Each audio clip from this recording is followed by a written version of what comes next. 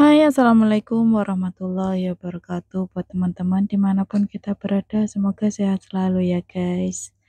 Sukses sesuai harapan. Yang sakit semoga cepat sembuh, diangkat penyakitnya, amin. Ini ada cerita Mbak TKW Hongkong yang masih muda. Mbaknya ini anak baru, non, nggak punya pengalaman, belum pernah kerja di luar negeri sebelumnya.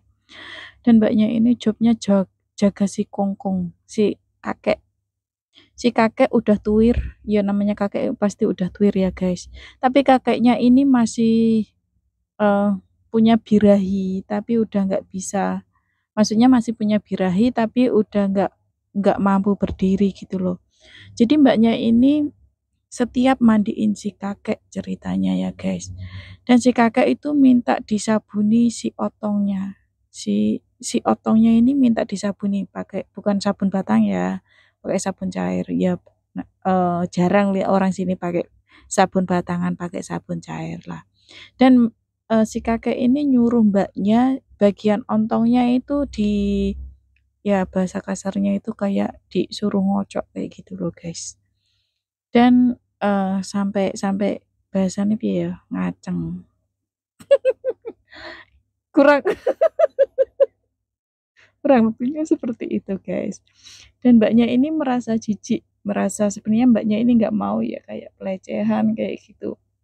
Tapi Mbaknya ini nggak berani menolak karena Mbaknya ini merasa masih baru, terus masih masa potongan, jadinya ya nurut aja kayak gitu loh.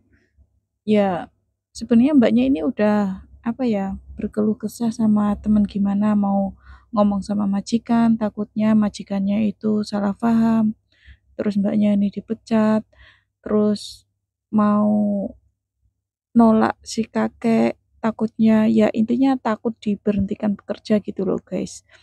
Ya kok pelecehan banget gitu.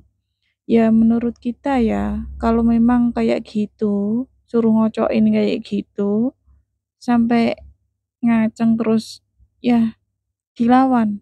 Kalau nggak apa namanya, kalau berlebihan ya dilawan, maksudnya menolak, kitanya menolak gitu loh, jangan dijengkangke terus dianu, enggak, dengan kekerasan kata-kata gitu, enggak guys. Intinya kita menolak lah, jorok atau gimana kayak gitu, jangan seperti itu, enggak boleh.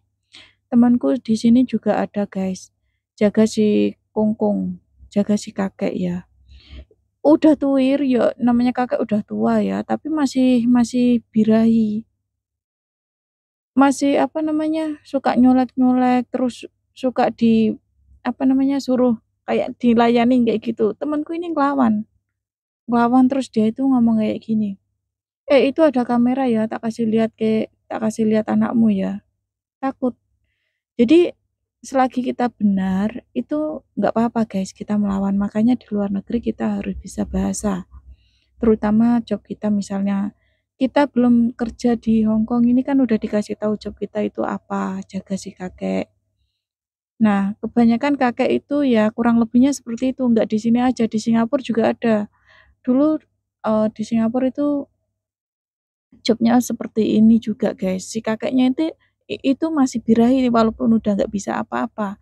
Pengennya ya kita yang ngerjain kayak gitu. Kalau di Singapura itu malah lucu lagi ceritanya. Ini ada mbak-mbak yang belum pernah kerja di luar negeri, masih gadis malahan. Masih gadis, dan mbaknya ini jaga si kakek yang udah lumpuh. Tapi mbaknya ini kok bisa hamil? Kan orang PT itu merasa heran ya, merasa heran, kok mbaknya ini bisa hamil itu gimana ceritanya? Sedangkan kakeknya itu lumpuh ya. Ternyata guys, si mbaknya ini hamilnya sama si kakek. Terus nggak habis pikir ya orang PT itu pas ada laporan mbaknya itu hamil sama si kakek. Kakeknya aja lumpuh kok bisa hamil. Ternyata kakeknya itu udah nggak bisa tapi masih birahi. Si kakeknya itu nyuruh si mbaknya ini duduk di atasnya. Ini, nah, mungkin karena si, apa namanya, mbaknya ini masih muda, masih gadis, guys.